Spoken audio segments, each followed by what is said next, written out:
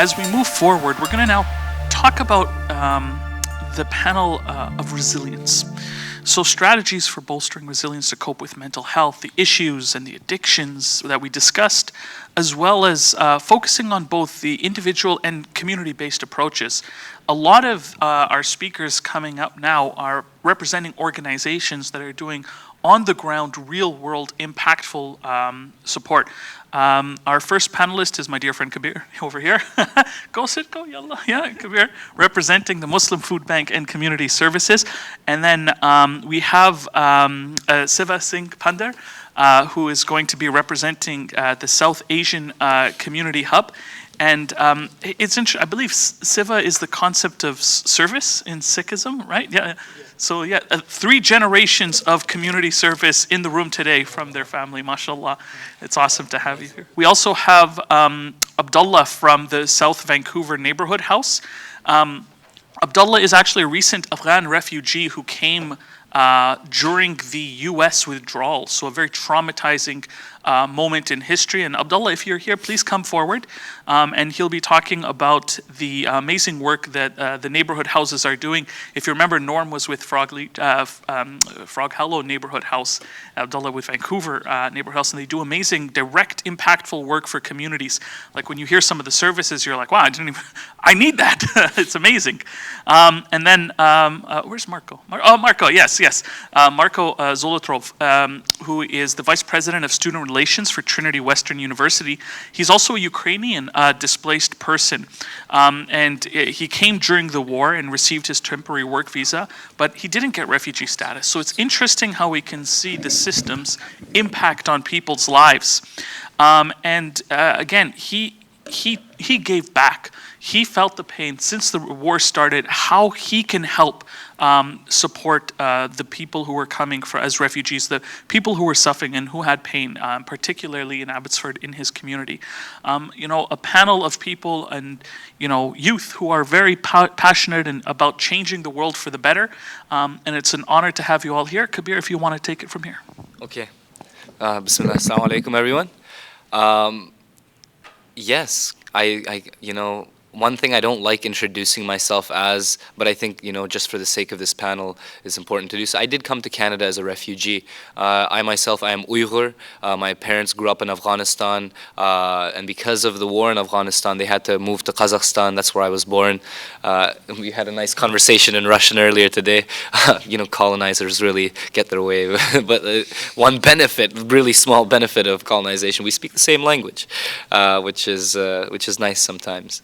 Coming to Canada, especially growing up in Coquitlam, in Port Moody Secondary, where I went to high school, there wasn't really any culturally sensitive advice. Sometimes I would have to pray in the janitor's closet of the high school, unaware that that I have a right to a space, that I actually have rights to go and pray and express myself. And this was not just specifically the prayer space, but having this identity of coming to Canada and now being in this completely different lifestyle, at home having this very ethnic, family-oriented lifestyle, then going into school and everybody's telling you capitalism, make your money, go into STEM, you need to get into this, you need to get into that, all this stress. And one thing we have in Canada that I'm very thankful for is opportunity.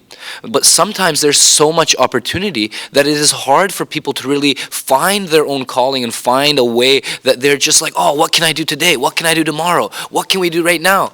And that was a big stress for me, wondering how can I really be the son that my parents want me to be, because they put a lot of work into getting me here, literally flinging themselves across the countries, across the world, just to provide me a better life. Now this weighed a huge weight on my shoulders, and when I was 16 years old, 10 years ago, I had quite a misunderstanding of what I wanted to do with life. And one thing that I was very lucky, in a very coincidental manner, running into some of the people at the Muslim Foodbank.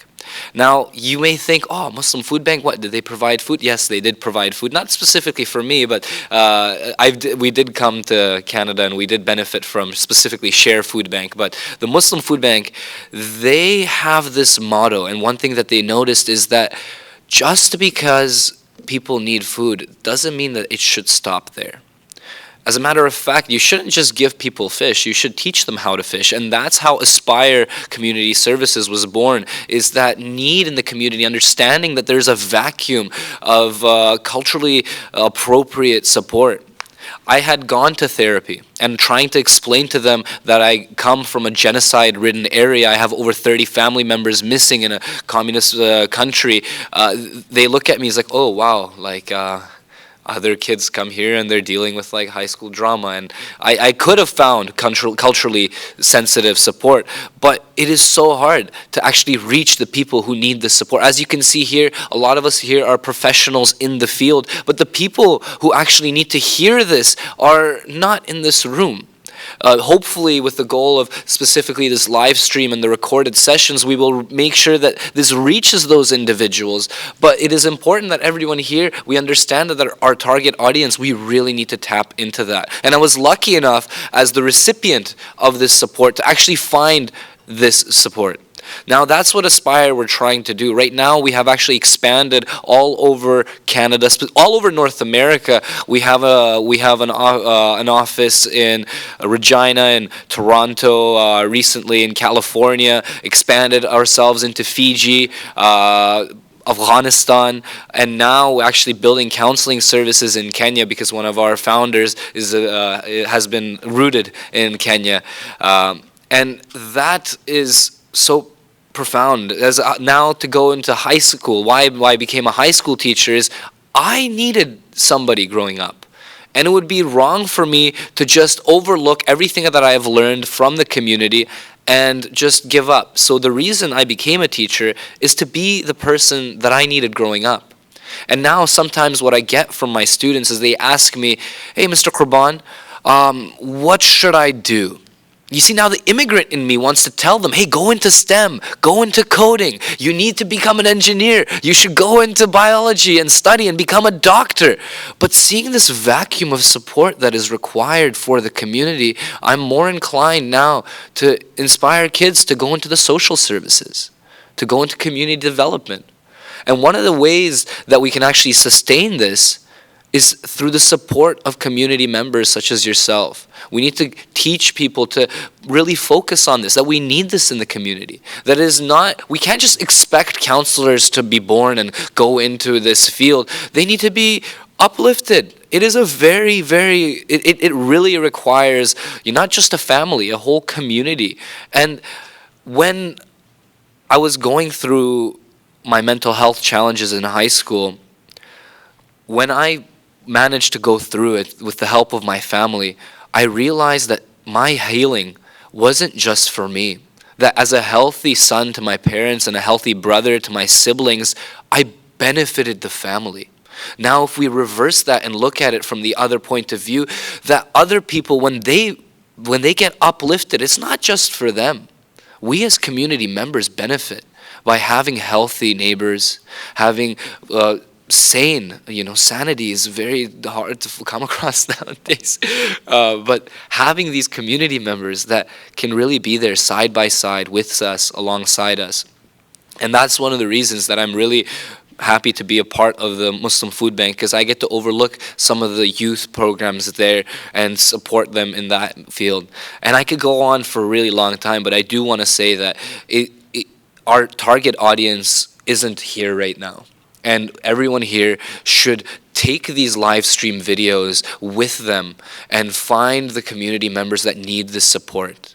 We have a plethora of information, a bunch of titans in their own field in this building right now, and we need to get the information out there. So please share this information once the videos get out there. You saw how important it was, and we need to get this to the people who need it. Thank you.